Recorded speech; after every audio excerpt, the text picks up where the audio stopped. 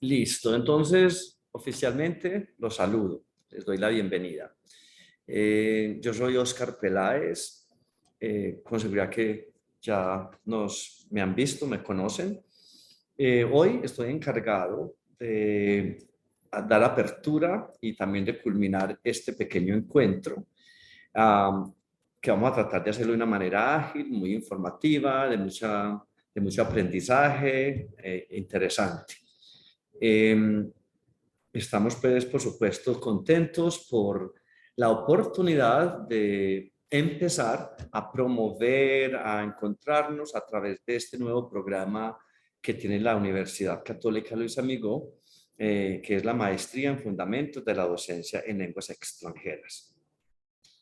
De eso vamos a estar hablando un poquito más adelante, pero primero permítanme darle la bienvenida de una manera muy especial a Natalia Andrea Alzate. Ella es doctora en literatura y es profesora de nuestra universidad.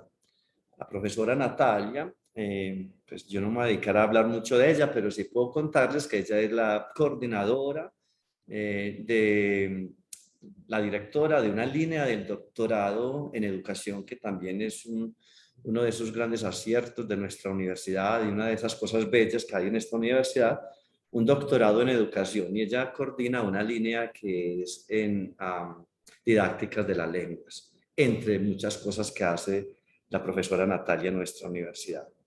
Precisamente es ahí donde tuve la oportunidad de conocerla académicamente en este rol que tenemos de trabajar en este mismo espacio, y es realmente encantador poder estar con Natalia y poder aprender de ella. Así es, Natalia, que te entrego el micrófono. Bienvenida. Muchísimas gracias, Oscar. ¿Me están escuchando bien y están viendo la presentación? Perfectamente. Listo, perfecto. Entonces, bueno, Oscar, mil gracias por la invitación. Oscar me invita a hacer una reflexión inicial muy a propósito de la intención que tiene esta maestría, que me parece bellísima. Y que también me interpela por mis propias preguntas sobre el lenguaje, el aprendizaje de una lengua y esto cómo se desarrolla con lo cultural. Entonces, bueno, Oscar sabe que yo siempre pienso a través de los libros. Esa puede ser mi ventaja, también mi dificultad, pero es la manera como me comunico con el mundo. Entonces, antes de iniciar, yo quiero mostrarles un libro que es como el que me da mi pie, pues, para construir una reflexión. Este libro se llama Los niños perdidos. Es un libro que se escribe a manera de ensayo. ¿Y por qué les voy a hablar de él? Porque está atravesado por un problema de lenguaje y es un asunto que estresa, que angustia mucho a una persona, y que quiero compartir con ustedes esa angustia a propósito de ser un maestro que aprende una lengua e enseña una lengua. Resulta que Valeria Luiselli, que es escritora, es mexicana y vive en Estados Unidos, tuvo una labor apoteósica durante un tiempo de su vida. A ella le pidieron que tradujera al inglés los testimonios de unos niños que iban a ser deportados de Estados Unidos a México y, bueno, Centroamérica. La situación de ella llega a un punto tan difícil porque ella se pregunta, ¿yo cómo voy a traducir al inglés la experiencia que me están contando los niños? Lo que le están pidiendo a Valeria Luiselli es que diga por qué, según los relatos de los niños, por qué esos niños son merecedores de quedarse en Estados Unidos y de no ser deportados. Entonces Valeria Luiselli escucha a los niños en español y ella tiene que luego traducirlo al inglés a unos abogados para que esos abogados decidan si esas historias son lo suficientemente interesantes para garantizar que sea una razón para que el niño no sea deportado. Entonces ya hace una reflexión que se las quiero leer a partir de todo esto. Ella dice, las palabras que escucho en la corte salen de bocas de niños pequeños, bocas chimuelas, labios partidos, palabras hiladas en narrativas confusas y complejas.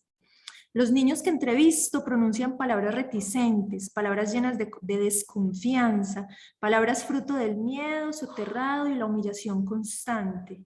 Hay que traducir esas palabras a otro idioma, trasladarlas a frases sucintas, transformarlas en un relato coherente y reescribir todo eso buscando términos legales claros. El problema es que la historia de los niños siempre llega como revuelta. Esas historias llegan llenas de interferencia, casi tartamudas. Son historias de vida tan devastadas y rotas que a veces resulta imposible ponerles un orden narrativo. ¿Por qué viniste a los Estados Unidos? La respuesta de los niños varía, aunque casi siempre apunta hacia el reencuentro con un padre, una madre, en fin. Otras veces los niños tienen que hablar de la situación que los obligó a escapar. Son este tipo de relatos los que Valeria Luiseri recoge en este texto y a partir de eso narra qué fue para ella traducir esa historia de los niños. Y yo empiezo con esto para entrar en los puntos que queremos conversar hoy y que nos van a llevar entonces también a situar qué es lo que se quiere con esta maestría. Lo primero es el primer punto de entrada que quiero dialogar con ustedes es sobre un texto de una escritora fenomenal que se llama María del Carmen África Vidal Claramonte. Y María del Carmen hace una apuesta muy particular. Ella nos dice que la lengua está en ese peligro de ser arrancada y se sitúa en una discusión postcolonial. Entonces vamos a iniciar con esta sentencia. El lenguaje es un instrumento de poder que no es ni neutro ni inocente. Dice María del Carmen que esto no lo enseñó el siglo XXI, cuando nos empezó a decir cosas como que el lenguaje representa la realidad, como que nosotros construimos el mundo a partir del lenguaje, o que generamos intentos de representación a partir del lenguaje. Sin embargo, es necesario preguntarnos qué hacemos con ese lenguaje, qué uso le damos a ese lenguaje, cómo se relaciona, y aquí es donde quiero que tengamos ese vínculo con la cultura, cómo se relaciona, qué relación tiene el lenguaje con la cultura. Y aquí hay que hacer un paréntesis. Supongo que quienes estamos conectados aquí tenemos una intención de seguir formándonos como maestros y seguir profundizando en lo que nos hace mejores maestros. Pero necesitamos hacer esa pausa, esa reflexión para entender que en el lenguaje, por lo menos en lo que entendemos nosotros por lenguaje, en la forma como usamos el lenguaje, cómo nos apropiamos de la lengua y del lenguaje, siempre hay un asunto cultural. Y ese asunto cultural también es identitario e ideológico. Dice Homi Bhabha, que es un teórico del poscolonialismo, un teórico hindú que ha aportado demasiado a estos temas, dice que, bueno, él se refiere a la cultura como un fenómeno transnacional, lo que supone que está armada la cultura a partir de historias de desplazamientos. Y esas historias de desplazamiento ayudan a los seres humanos a encontrarse. En esas historias de desplazamiento, que es a lo que él se refiere como cultura, nosotros nos preguntamos por nosotros mismos en un sistema cultural, que es también a lo que hace alusión Edward Said, que es un crítico literario, un escritor, pero además desde las teorías culturales y el postcolonialismo, pues aporta a esta discusión. Y él dice que la cultura se construye sobre la base de experiencias compartidas, pero las experiencias compartidas requieren que ampliemos un poco esto. Aquí es donde queremos nosotros situar con ustedes una reflexión, la relación entre experiencia y lenguaje está de la mano con lo cultural.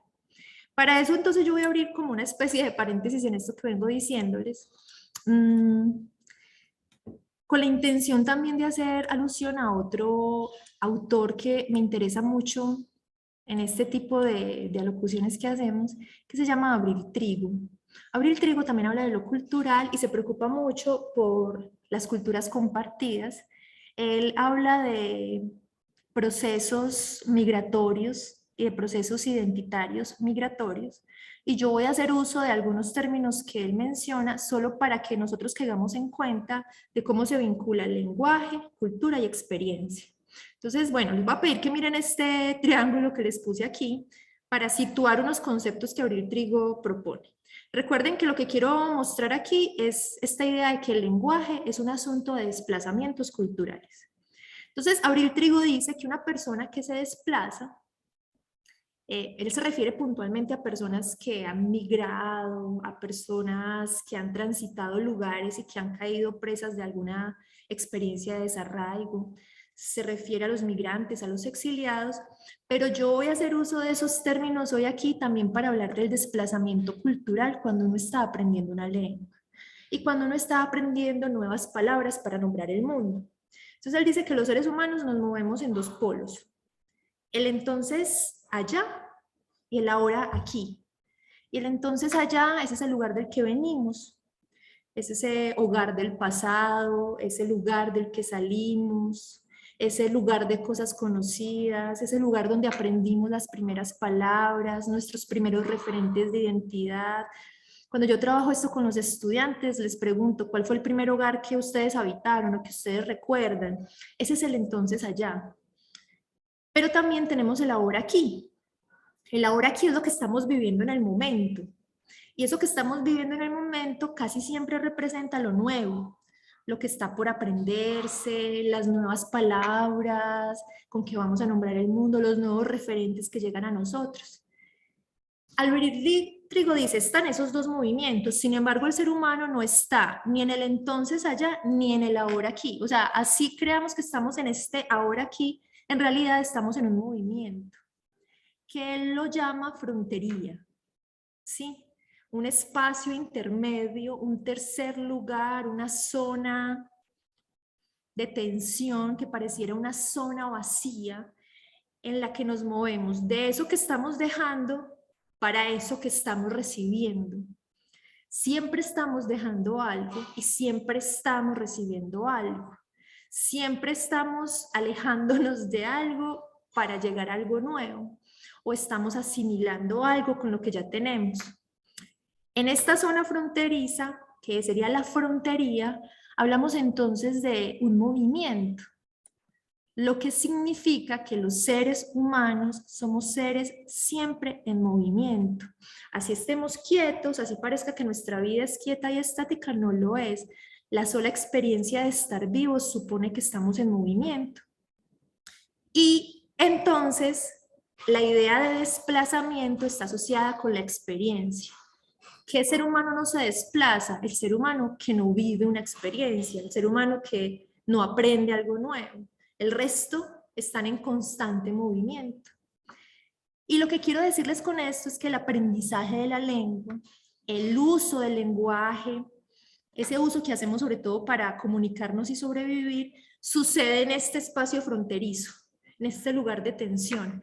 Nosotros aprendemos una palabra justo porque vivimos una experiencia que no sabemos cómo se nombra. Las primeras preguntas de los niños están asociadas a qué es eso, cómo se llama eso, cuál es el nombre, con qué palabra puedo enunciar eso que estoy conociendo ahora. Y entonces los adultos empezamos a decirle, eso se llama amarillo, es un color, eso se llama leche, es alimento, eso se llama miedo, es un sentimiento, eso se llama amor.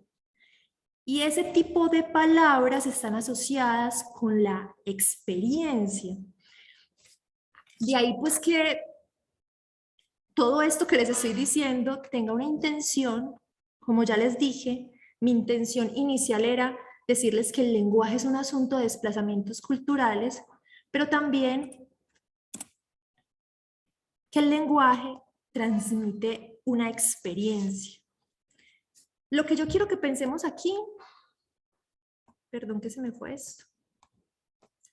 Lo que yo quiero que pensemos aquí es que si el lenguaje transmite una experiencia y esta experiencia tiene que ver con estos movimientos, me voy a devolver a la diapositiva anterior, el lenguaje nunca es un asunto puro, nunca es un asunto neutro, el lenguaje es un asunto impuro.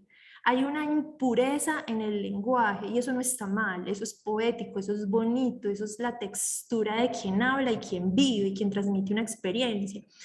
Un profesor que está enseñándole a hablar a otros seres humanos, un profesor que está enseñándole nuevas palabras a otros para nombrar el mundo, no puede pretender que el otro hable con pureza, sino que el otro va a hablar desde sus vivencias, desde este movimiento que está en este triángulo, que son sus propios tonos, que son sus propias vivencias, que son las maneras como siente el lenguaje.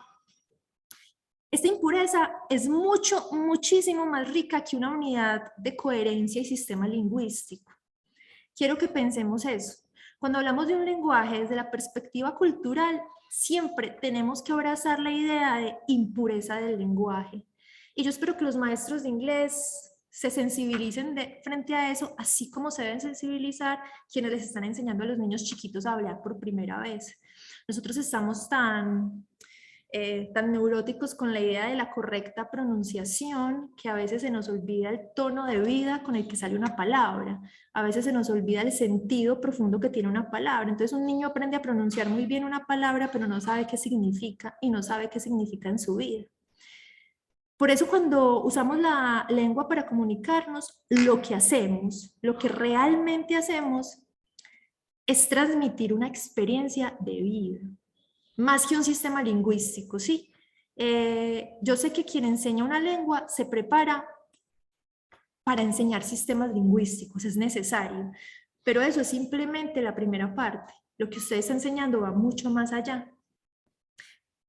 La experiencia que transmite una lengua me permite entonces entrar al segundo punto de esta charla y que tiene que ver con una apuesta que hacen Barcena, Fernando Barcena, Jorge La Rosa y Melich, en un texto muy bello que a lo mejor ustedes ya han leído. Es un texto que nosotros solemos trabajar mucho con los estudiantes en las maestrías y en los últimos semestres de las licenciaturas, que se llama Pensar la educación desde la experiencia.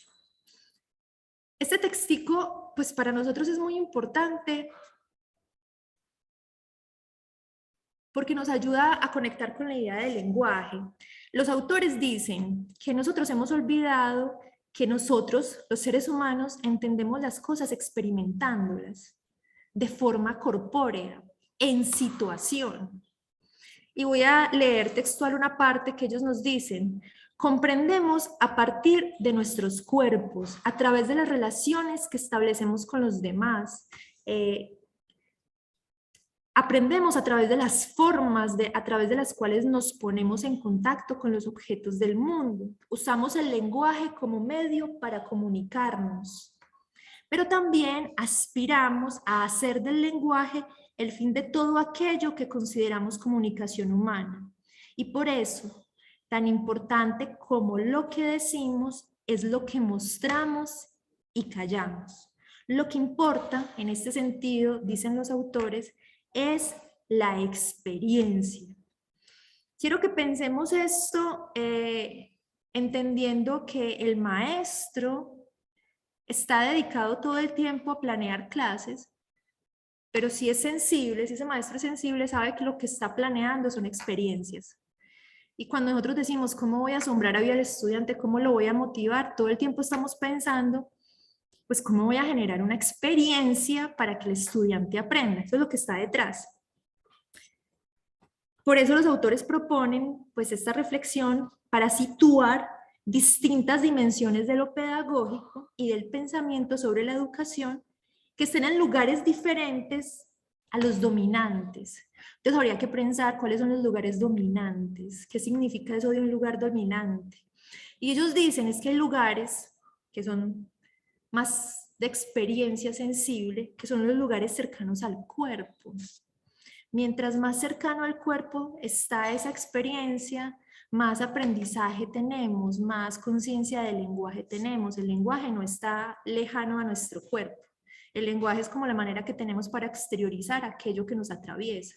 Y aquello que nos atraviesa tiene dos palabras para nombrarse: acontecimiento y experiencia. Son dos palabras potentes. Uno a qué llama acontecimiento en su vida, uno a qué llama experiencia en su vida. ¿Qué cosa pasa de ser una anécdota a ser una experiencia? Y qué de eso se convierte en un gran acontecimiento en mi vida. Y ahí yo les preguntaría a los maestros, en sus salones de clases, ¿qué tantas experiencias hay? ¿Qué tantos acontecimientos hay? Sus estudiantes salen atravesados por una experiencia. Usted como estudiante sale atravesado por una experiencia.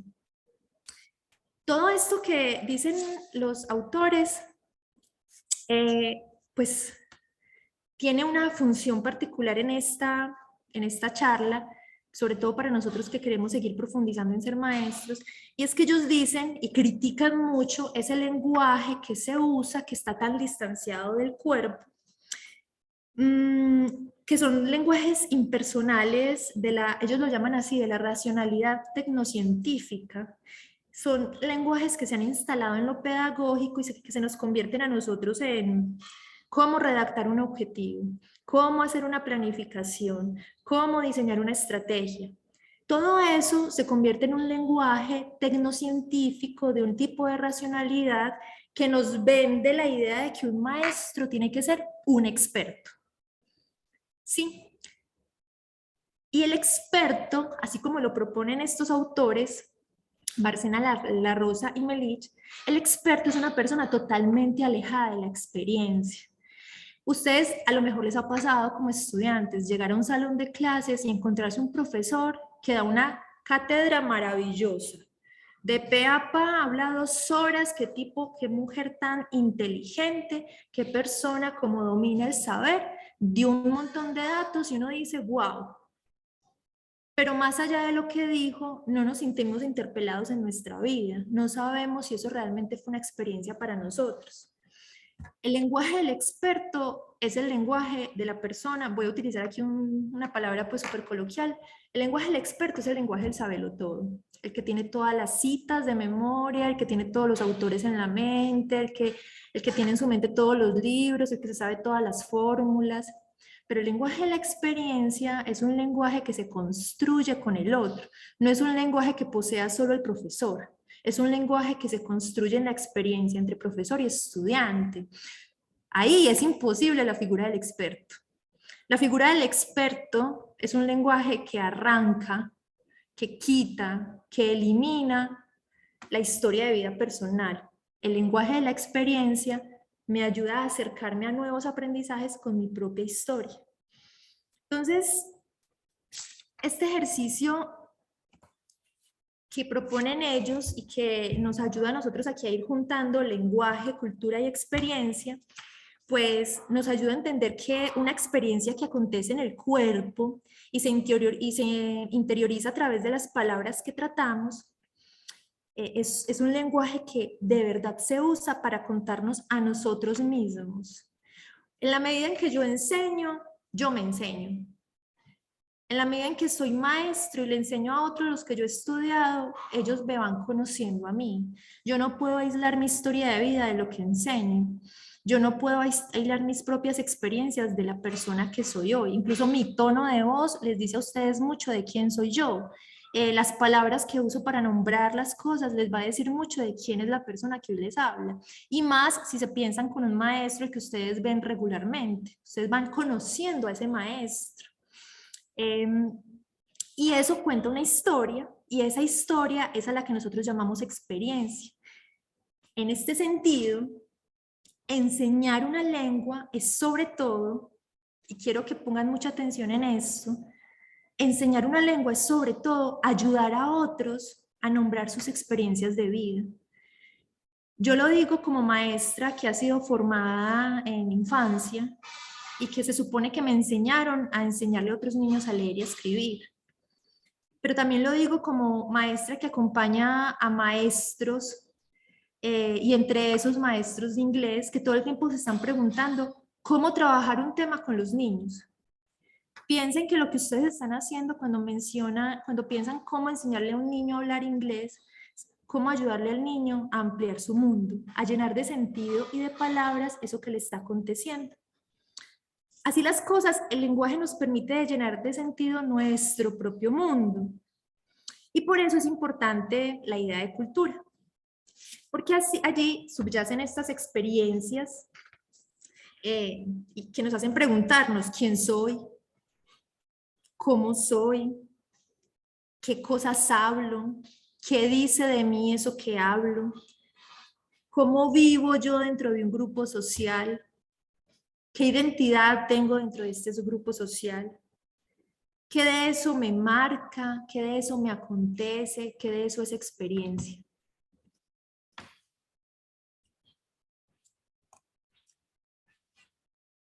Y esto que les estoy diciendo, entonces me lleva al tercer punto de entrada, que es la pregunta: ¿qué pasa cuando el lenguaje nos arranca la experiencia? Dice, voy a volver a María del Carmen Vidal, que ella decía, hay que aprender que una lengua no puede, el aprendizaje de una lengua no puede significar que nos arranquen la propia.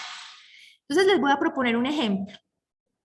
¿Qué pasa cuando el lenguaje nos arranca la experiencia? Este es un ejemplo que yo uso en los cursos de posgrado para reflexionar sobre el papel de los maestros y el uso del lenguaje que no es neutro ni inocente.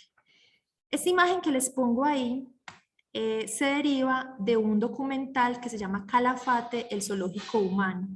Les voy a contar brevemente la experiencia. Calafate, el zoológico humano, se construye porque hay unas personas que están buscando los rastros de sus antecesores, que es la comunidad Calafate del sur de Chile, la parte más austral. Resulta que esa comunidad se extinguió, pero lo que hay detrás de eso es una situación muy triste.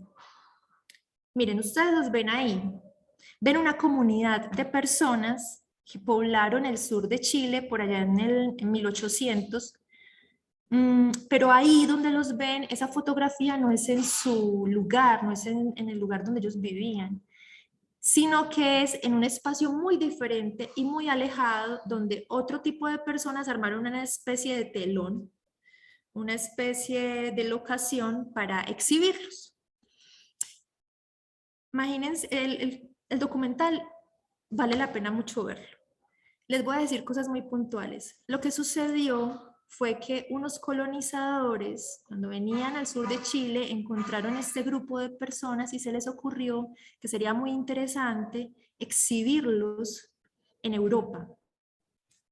Y para exhibirlos en Europa montaron una especie de zoológico, donde estos seres humanos eran exhibidos. Y las personas de Europa, de algunos lugares de Europa, iban y hacían fila para verlos, como hoy los seres humanos van a un zoológico a hacer fila para ver un animal encerrado.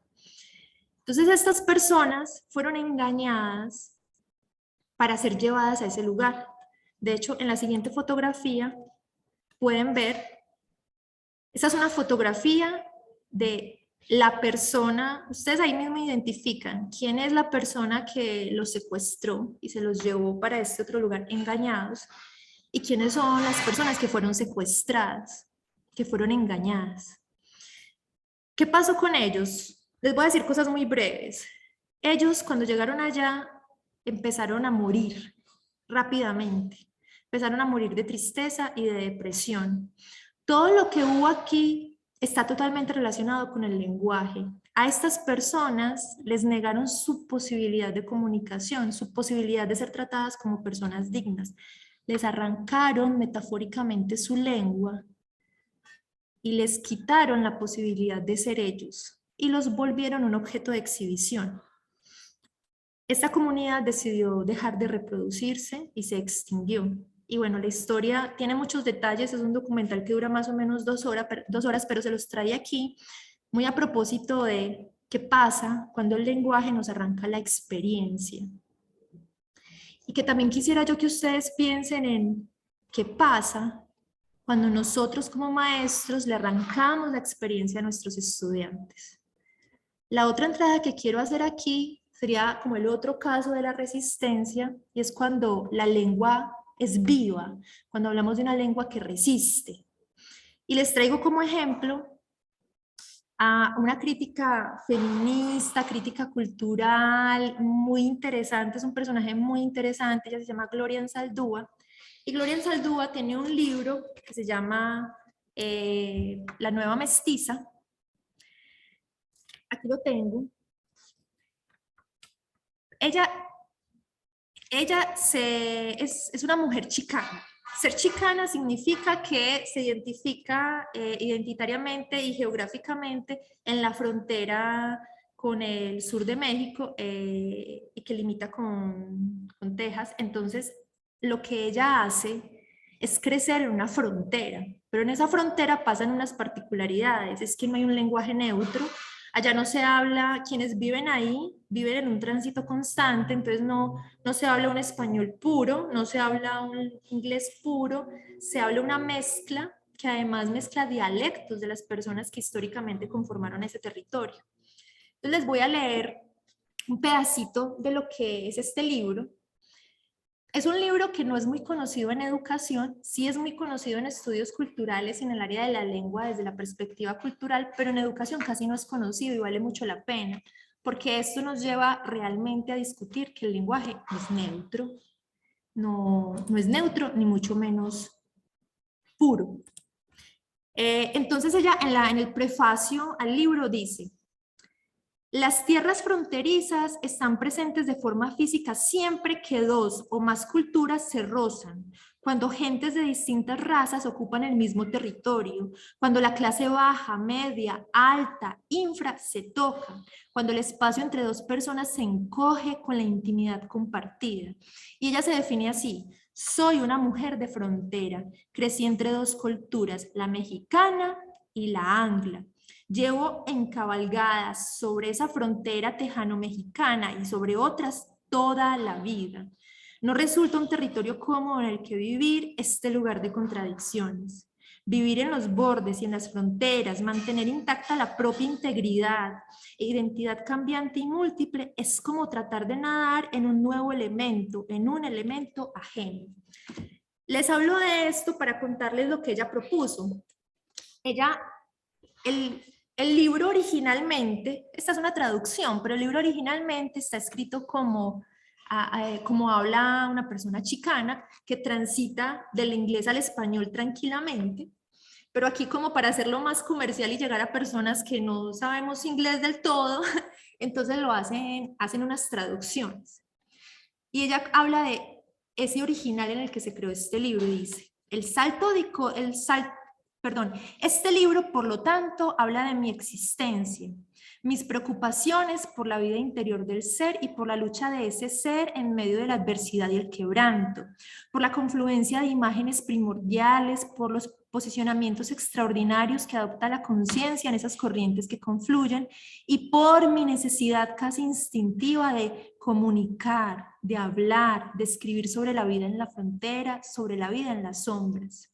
El salto de código en este libro, del inglés al español y al dialecto del norte de México, al tecmes, a una pizca de náhuatl, a una mezcla de todos ellos, esto refleja mi idioma, un nuevo idioma, la lengua de las tierras fronterizas.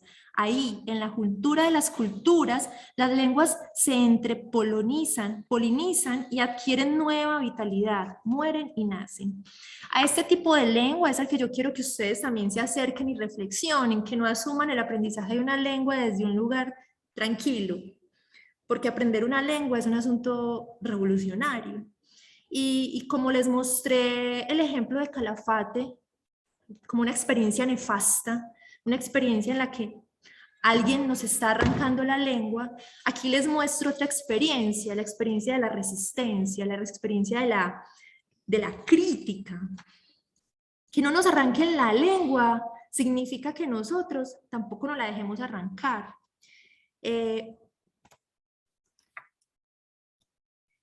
Y por esta razón, y ya para ir finalizando esta reflexión, lo que quiero que ustedes reflexionen también es que, bueno, que aprender una lengua no sea aprender un estereotipo cultural. Ese estereotipo cultural, por lo general, está relacionado con unos ojos occidentales y con ideas falsas de una globalización.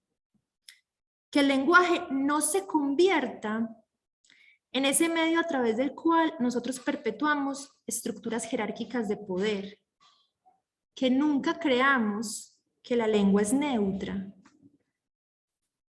Que nunca creamos que hablar sin acento es hablar muy bien. La lengua nuestra está cargada de experiencias, de ideas y de acontecimientos. La lengua nuestra está cargada de cicatrices, de tonos, de idas y venidas. Y para terminar, también quiero decirles que si aprender una lengua es ampliar el horizonte que habitamos, es llenar de nuevos sentidos eso, si aprender una lengua es como magia, enseñar una lengua definitivamente tiene que ser un asunto revolucionario. Ustedes, que son los maestros de lenguas, acompañan a otros en el ensanchamiento de sus propios mundos. Ustedes ayudan a otros a cruzar fronteras. Y son fronteras psíquicas, de esas personas que tienen miedo a hablar, a usar la voz, pero también son fronteras físicas, de esas personas que tienen miedo a ir y conocer. Para terminar, hacer énfasis. Ustedes maestros de lengua, tienen una misión revolucionaria. Muchísimas gracias, Oscar, por la invitación. Espero no haberme pasado mucho del tiempo. Excelente, Natalia. No, tú tienes todos los permisos de cruzar esas fronteras, así como lo hablas, puedes hacer también un uso del tiempo más allá, no hay límites. Veo aplausos ahí y yo también te aplaudo. Siempre escucharte y de verdad que cuestionas mucho con esto. Pues la idea no es hacer una discusión de tu presentación, pero tal vez en la medida que avancemos un poquito ahorita, que presente un poco más la maestría, también podemos hacer alguna conexión con las personas que están acá presentes. Pero sí, en nombre de los que estamos acá, yo creo que por eso me parecía fundamental que estuvieras acá y agradezco mucho que lo hayas hecho, porque esa perspectiva y esa postura del lenguaje desde ahí da bases fundamentales a lo que estamos haciendo en este momento, en la creación de un documento y en la intencionalidad de empezar esta maestría en el segundo semestre. Profe Edison, ¿ibas a decir algo? No, pues quería justamente agradecer a la profesora Natalia por esa, como tú lo decías, profe Oscar, esa provocación que lo cuestiona a uno enormemente como docente de lenguas, y ese asunto de cuando habla de resistencia, revolución, identidad, posdecolonialidad, estos asuntos de verdad que lo motivan a uno a repensarse constantemente la forma en cómo estamos enseñando. Entonces, no, es simplemente agradecerle, profesora Natalia. Obviamente tengo más preguntas que respuestas con tu brillante exposición. No sé, tendríamos más tiempo más adelante para compartir, no sé, un café, porque de verdad que es muy, muy llamativo. Es solamente, de verdad, de todo corazón, agradecerle por esta brillante exposición. Claro que sí, ahorita podemos hablar un poquito. Gracias, Edison. Solo decirte, Oscar, muchas gracias, Edison. Yo esto lo hice para que pues, pudiéramos sentar las bases de lo que Oscar nos va a contar, así que, claro, la conversación queda abierta.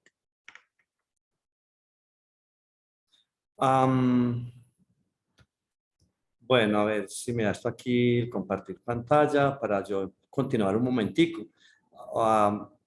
Yo creo que ahorita de pronto tenemos la oportunidad de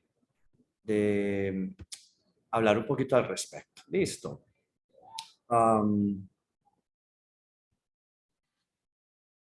Ahora están viendo mi pantalla, espero que sí. Sí, profe. Listo, gracias.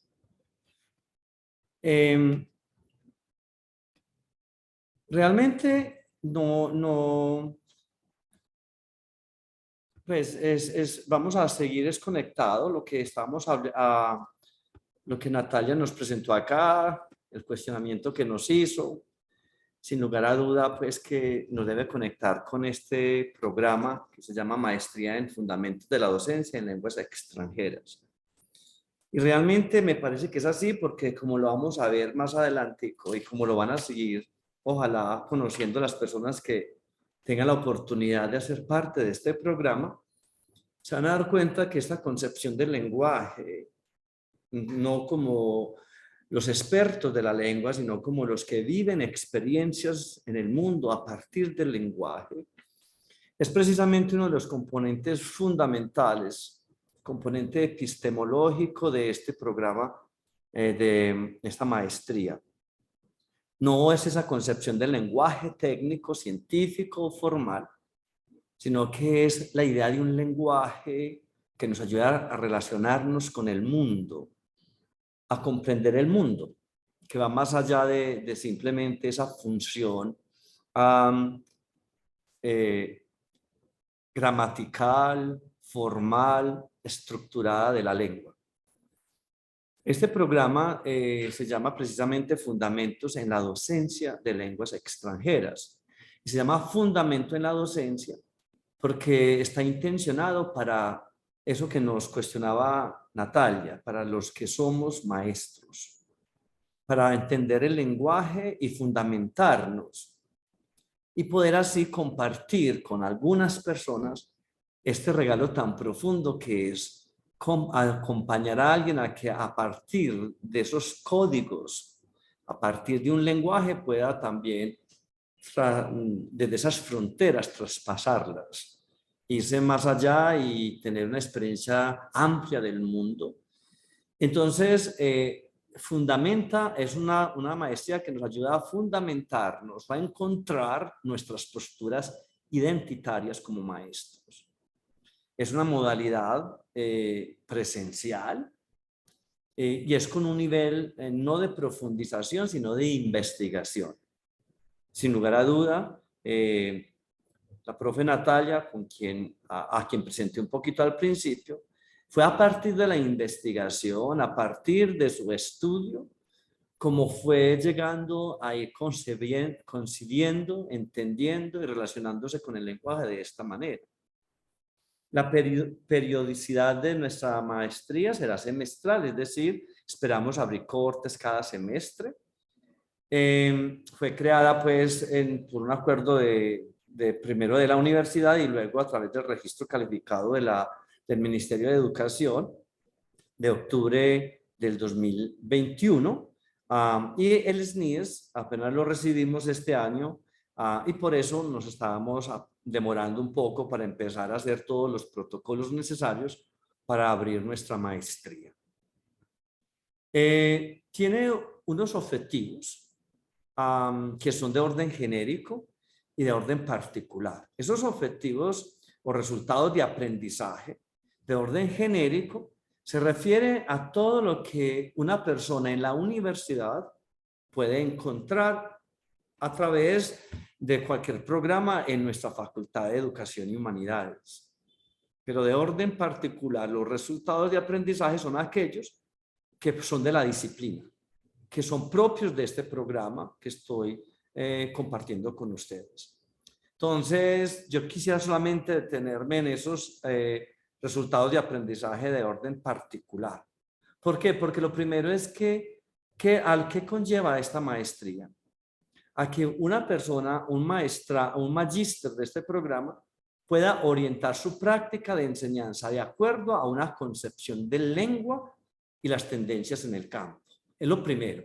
Aquí, como ya empezaron a ver con esta presentación de la profe Natalia, pues tenemos una concepción de lengua y es muy clara. Es una concepción de lengua que va más allá de la frontera del lenguaje técnico, científico, formal y nos sumerge en una concepción de lengua desde lo cultural, desde lo que acontece, desde la cultura, desde la experiencia. Concibiendo la lengua como algo que no nos desarraiga, sino que al contrario nos sumerge en la experiencia del mundo, un mundo diverso. Me pareció fundamental, por ejemplo, pensar en dos pequeños ejemplos o dos cosas que me cuestionaron hoy cuando pensaba en estar aquí con ustedes. Primero, en esa terrible masacre en Texas, se acerca el presidente de ese país usando el lenguaje y comienza con una frase para dirigirse a esas mamás, a esas madres y familia de estos niños asesinados. y les dice una frase, dice: Dios está cerca del corazón de aquellos que están atribulados y que sufren. Él lo dijo porque él tuvo la experiencia de la pérdida de su niña, de un añito, en un accidente hace años, y luego de su hijo, hace como 3 o 4 años, que muere de cáncer. Un joven que tenía toda la posibilidad de ser lo que ya es su padre, una gran figura reconocida en el mundo norteamericano. Él sabía lo que era el dolor y por eso pudo utilizar unas frases profundas del lenguaje para acercarse a estas personas. Pero también hoy, o ayer, perdón, a través del lenguaje escrito, un grupo de señoras de Medellín escribieron una carta pidiendo al colegio alemán, a la escuela alemana o colegio alemán en Medellín, que no aceptara en ese colegio a 2 niñas, hijas de una figura pública de Medellín, porque ellas creen con su lenguaje y con la forma de expresarlo que no deben estar en ese colegio porque tienen posturas ideológicas diferentes a las que ellas tienen. Si se dan cuenta, hay una postura y un uso del lenguaje.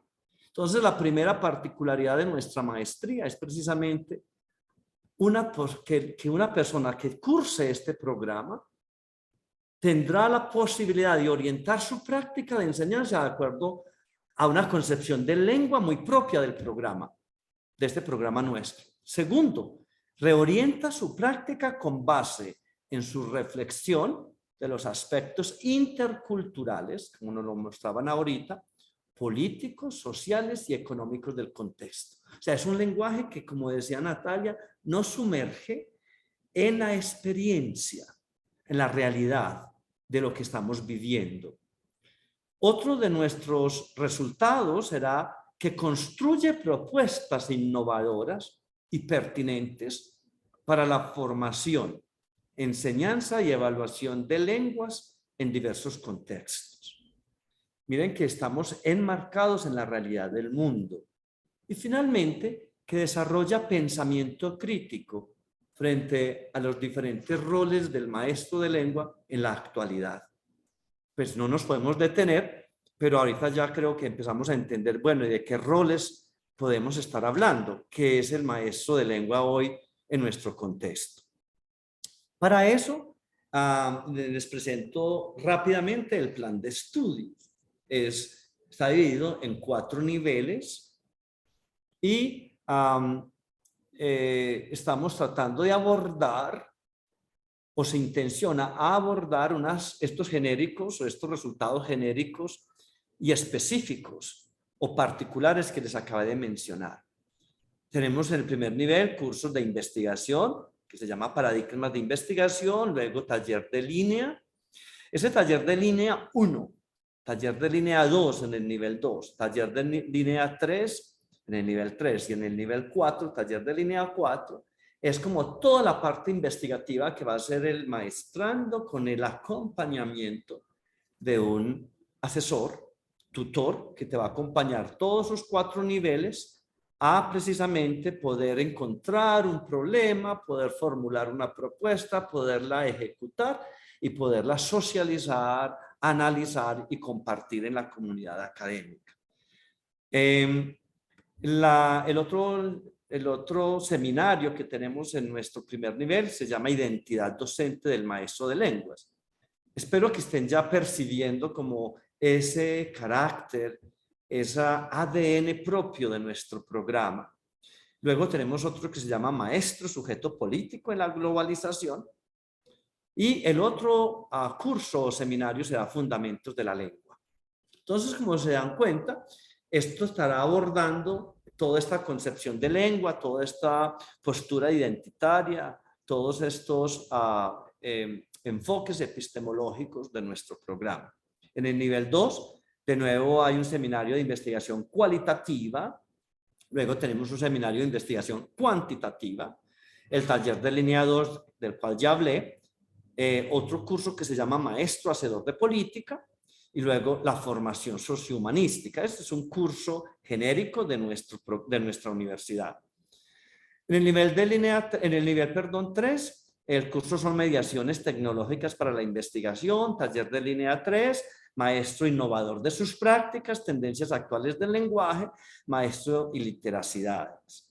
Y en el último nivel está la escritura científica, taller de línea 4, maestro profesional reflexivo, maestro sujeto intercultural, un curso electivo. No les voy a hablar de todos ellos porque quizás ustedes ya dirán que si les comparto estos cursos ya no tendrían que hacer la maestría. Aquí les puedo mostrar nuestros 3 ejes de nuestro programa. Tenemos eso que acabo de mencionar. Concebimos al maestro como un agente cultural, social y político. Ahí hay 3 seminarios, o sea, un total de 8 créditos. Tenemos otro eje fundamental que es el maestro experto en su objeto de conocimiento. Ahí tenemos 5 créditos. Y tenemos el profesional de la educación, y ahí tenemos de nuevo 8 créditos. Eso sin contar pues la investigación, que la pueden ver aquí en esta diapositiva. Tenemos todo lo que es en la columna izquierda, la parte izquierda, paradigmas de la investigación, seminario de investigación. Todos esos son los créditos o los cursos que nos ayudan a desarrollar esa competencia investigativa. En total tenemos 23 créditos. Por eso podemos decir que es una maestría en investigación. Sobre los talleres de línea que hablaba ahorita, ya lo puedo pasar rápidamente porque lo mencioné. Tenemos los talleres de línea en una forma que se especifica en esta diapositiva, qué es lo que se espera que una persona logre en cada uno de estos talleres de línea o cuáles son las intencionalidades propias. Entonces, la propuesta de la investigación, un estado del arte, revisión literaria, un trabajo de campo y finalmente los análisis y los informes de los resultados, que es precisamente a través de la escritura. También tenemos un plan coterminal. Esto está intencionado para estudiantes que desde el nivel 8º de nuestro pregrado, licenciatura en lenguas extranjeras, puedan también empezar a tomar unos cursos del primer nivel de la maestría. No me voy a detener aquí mucho porque ya lo he explicado de pronto en algunos salones, en algunos cursos, pero estoy completamente dispuesto a seguirlo haciendo en el momento que alguna persona que aún esté en el pregrado le interese hacer este plan coterminal para avanzar en sus estudios posgraduales. Quisiera también solamente mencionar que hay unos requisitos de grado para la graduación para optar por el título de Magíster en Fundamentos de la Docencia en Lenguas Extranjeras. Parece que es importante que vayan conociendo esto un poco. El primero es, pues lógico, que fuera de la aprobación de la totalidad de los créditos establecidos en este plan de estudios que acabé de mostrar de manera ágil, fuera de eso, pues tenemos otros requisitos, que son la participación en un evento académico con memorias para la socialización de avances o resultados de investigación a nombre del programa. Esto está muy alineado precisamente a todo lo que tiene que ver con miniciencias. Ustedes saben que estamos también, a pesar de que concebimos ese lenguaje desde esas posturas identitarias, revolucionarias, atrevidas, que nos provocan y que nos llevan a ese goce de la lengua, desde esa realidad humana, pues igualmente estamos insertos en el mundo académico, que está regido por lineamientos pues, institucionales, por supuesto nacionales, y también desde las agendas internacionales en este mundo global. Entonces, uno de los requisitos o una de las, tal vez de los auges precisamente de la academia es también unas realidades nacionales e internacionales, como mencionaba, que es la publicación, que es precisamente establecer redes académicas, pero es saberlo hacer bien. Entonces, por eso este primer requisito. El segundo y el tercer requisito son escrituras de artículos, de revisión literaria, y el otro artículo sería de resultados de investigación. Y finalmente, pues lógico que está la paz y salvo en todo lo que es la universidad, en todo lo que son los cursos, en todo lo establecido. Esos son como los requisitos, los cuales estaré dispuesto a seguir compartiendo ya de manera particular con cada uno de ustedes cuando llegue el momento de empezar a hacer las entrevistas y los encuentros individuales para poder explicar un poco más estos con detalle. Ya estoy terminando para si hay algunas inquietudes, pero hay un perfil de ingreso. ¿Qué es lo que esperamos para recibir una persona en nuestro programa? Es que sea un profesional en áreas de la educación, de las ciencias sociales y humanas, que tenga interés por investigar temas que conciernen al quehacer del docente. Y el otro requisito es un nivel de competencia B2, certificado mediante prueba de suficiencia. La mayoría de los cursos serán en inglés. Hay algunos cursos que son genéricos, que son en español. Entonces, por eso hay pues como todo este requisito de la lengua, del nivel de competencia. También aparecen unos perfiles de egreso y un perfil ocupacional. Ese perfil de egreso es, bueno, terminado el programa, ¿qué debo lograr? Y finalmente, ¿para qué me sirve esto? Entonces, está especificado. Yo quisiera como detenerme en que realmente es una amalgama amplia, es un horizonte amplio que enriquece su perfil ocupacional a partir de este programa. Una persona que termine el programa pues estará en capacidad de ser un docente de lengua extranjera desde primera infancia hasta educación terciaria.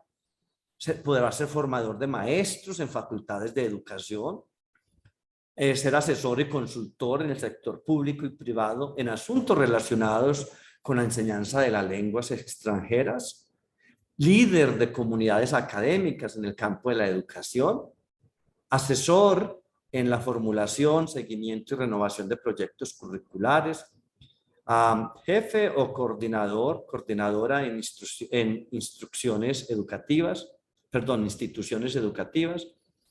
investigador o coinvestigador en proyectos de investigación en el área de la educación. Pues me quise detener un poco como en lo perfil ocupacional. Bueno, era pues precisamente lo que quería como compartir con ustedes sobre el programa. Voy a dar como apertura a un momento de preguntas si las hubiese, desde esta parte técnica que es necesario pues como tener también claro. Dejarles saber que por el momento estoy coordinando este programa y que pues estoy de tiempo completo aquí en la universidad. Tienen mi correo. Igual estoy aquí en el bloque 1, la oficina 412. Y estoy muy dispuesto a escuchar también sus inquietudes. No sé, abrimos micrófono, no sé si hay alguna pregunta, si quieres algún comentario al respecto, si necesitan que de pronto hable de algo un poquito en particular, si quieren hacer algún comentario frente a la presentación de la profesora Natalia, de una manera breve, quiero como abrir un momentico la discusión. Hola, hola, Oscar. ¿Me escuchas? Hola. Juliet, tienes que hablar más durito. Hola, hola. Es que como estoy en la sala, de pronto por eso no me escuchan. ¿Cómo están? Muy bien, ¿y tú? ¿Ya me ven, me escuchan? Sí, sí te escuchamos con cierta limitación, pero sí. Listo. Era para No importa, hable duro, que se vayan de la sala esos profes. Sí, que se vayan, te matas. Exacto. Pues Guillermo, era para preguntarte algo con respecto a lo de la prueba que tú dices para el ingreso. ¿Sería una prueba interna o tendría que ser una prueba, digamos, estandarizada? Listo. Para certificar el nivel. Exacto, miren, no, aquí para posgrado no necesitamos hacer prueba de racionamiento lógico matemático ni de comprensión lectora. Cuando se estén inscribiendo y si les sale, le pido el favor que tomen un pantallazo y me lo envíen para yo poder hablar al SUI que puedan como solucionar este asunto. Entonces, en respuesta a tu pregunta, Julie, no hay prueba de razonamiento abstracto ni de comprensión lectora como ocurre en el pregrado. Lo que sí necesita cada candidato, cada aspirante a nuestro programa es realizar un anteproyecto, unas inquietudes, o sea, cuál es su inquietud investigativa. Y para eso, cuando entran a www.funlan.edu.co, cuando van a posgrados, en programas, van a posgrados, encuentran la maestría en Fundamentos de la Docencia en Lengua Extranjera, hacen clic ahí y van a encontrar algo que llama formato para la presentación de la propuesta del anteproyecto. Listo, pero yo me Ahí están refería, especificados los detalles de lo que tienen que hacer. yo me refería a la prueba lingüística que mencionaste No, anteriormente. exacto. Perdón. La prueba lingüística, como es un B2, las personas que son egresadas de nuestro programa, de esta licenciatura, como saben, pues como ya tienen unas condiciones también de un C1, entonces ya con el certificado del programa es suficiente. Ok, listo, muchas gracias. Y Nati, me encantó tu presentación. Súper chévere, súper interesante. Me gustó mucho lo que estabas mostrando de los, pues antiguamente que las personas eran tratadas como si fueran animales. La verdad no lo sabía. Entonces me pareció como muy interesante porque la verdad no lo conocía. Así que muchas gracias, Nati. Tú eres una pesa. Sí, muy bien, Julie, perfecto. Bueno, muchas gracias. Y bueno, no Yo sé tengo si... una pregunta, Dime. como si fuera, pues, porque sí tengo preguntas de personas que no se pudieron conectar y que no sé si lo dijiste y no te presté atención sobre fechas, sobre cuándo se abriría en este momento el Exacto. de Gracias. matrícula, porque tengo aquí como que la tarea de anotar eso para las personas que no asistieron. Perfecto, sí. Tal vez faltó mencionarlo un poco, no lo mencioné. Como dije, el SNIES, o sea, nuestro código que nos permitía ya tener nuestro programa abierto, eso lo recibimos hace poco y hubo un proceso de lo que llama la codificación de este plan de estudios que les compartí. Así es que nuestras inscripciones se abrieron la semana pasada. Estamos abiertos, tenemos inscripciones abiertas. La persona puede entrar pues a la plataforma de la universidad y empezar su proceso de inscripción. La idea es tener, cuando ustedes hacen la inscripción, van a encontrar precisamente que tienen la posibilidad de agendar una entrevista. Igual, cuando ya hacen inscripción, yo voy a estar revisando en el sistema, yo debo enviarles un enlace para poder seleccionar su interés también investigativo que debe ir acorde con su escrito. Ahí buscan cuáles son esos temas investigativos de investigación dirigida que van a tener para poder desarrollar su investigación en los talleres de línea 1, 2, 3 y 4. Hay una amalgama, un amplio abanico de posibilidades de temas investigativos. Eso lo van a hacer a partir pues, de una vez que se inscriben. Y ese proceso, pues por supuesto que esa es mi tarea, orientarles. Entonces estaré como muy atento al correo que la mayoría de ustedes ya tienen, está en la e-card de la maestría, es maestría.lenguaextranjera, singular, maestría.lenguaextranjera@amigo.edu.co. Ahí contesto toda esa información y los acompaño en ese proceso. Pero sí, la respuesta es, estamos abiertos con inscripciones. Ya hay un pequeño grupo de personas que se han inscrito. Hacemos un proceso de selección, así es que hay que acudir porque eventualmente, pues espero que tengan la posibilidad de ser parte de este programa, pero eventualmente habrá que hacer en algún momento pues, selección. Entonces, sí invito a que empiecen a hacer este proceso, como se dice, lo más pronto posible para poder empezar como a organizar todo el programa. Oscar, me quedó una duda a partir de lo que preguntó Juliet sobre la prueba B2. si esto funciona, por ejemplo, una persona que es de afuera de la universidad, puede pedir, puede en esta universidad pagar esa prueba y presentarla aquí o debe venir de afuera ya con ese certificado. No, aquí la universidad no tiene, va a tener, están en eso, pues ojalá muy pronto, ser como un centro certificado para poder hacer este tipo de pruebas, ¿cierto? Respondo a eso diciendo que personas egresadas de nuestro programa y personas que estén todavía en el programa y que les interese, pues tendrán, eso sí se las puede dar desde la directora del programa y del departamento, que es Diana Marcela Jaramillo, lo puede hacer. Una persona externa debe traer la prueba certificada. Estas pruebas puedo compartir más adelante como la lista, pero la mayoría conocen, son pruebas que tienen que tener, son pruebas de suficiencia. Entonces, es como eso. Para ti, Nati, pues y otras personas sabrán que un nivel B2 de inglés, pues es un nivel realmente intermedio que permite pues como la discusión y la lectura en un seminario, pero realmente no estamos como pensando en un C avanzado en tanto que pues nuestra postura al lenguaje es, pues usamos el lenguaje porque lo necesitamos para algo, pero no somos expertos técnicos de un lenguaje, sino que sabemos usar un lenguaje académico y sabemos, entonces partimos desde esa postura, por eso es un nivel un poco no tan avanzado lo que se pide para este programa. Gracias. Y hay otra idea que se me olvidó mencionar, que ahorita que hiciste la pregunta, quiero contarles que es igual los descuentos. Saben que una persona, o saben, no, quiero recordarles que si son egresados de nuestra universidad, hay un 10% que tienen como descuento al total de la maestría.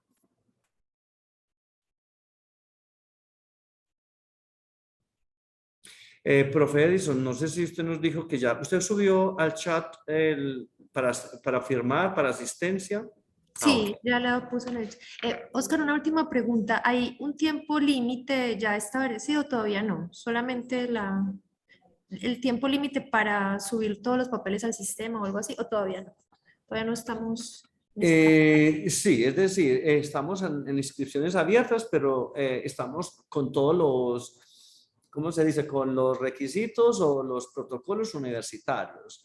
Hasta el 26, 27 de julio hay posibilidad de inscribirse.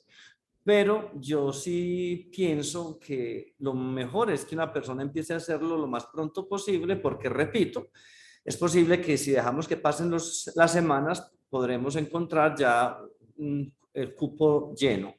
Entonces, si hay inscripciones todavía todo el mes de junio y pues se sugiere que sea todo el mes de junio para que ya en julio ya tengamos como nuestra corte organizada. Pero para pagar y para organizar toda esta parte de matrícula es hasta julio.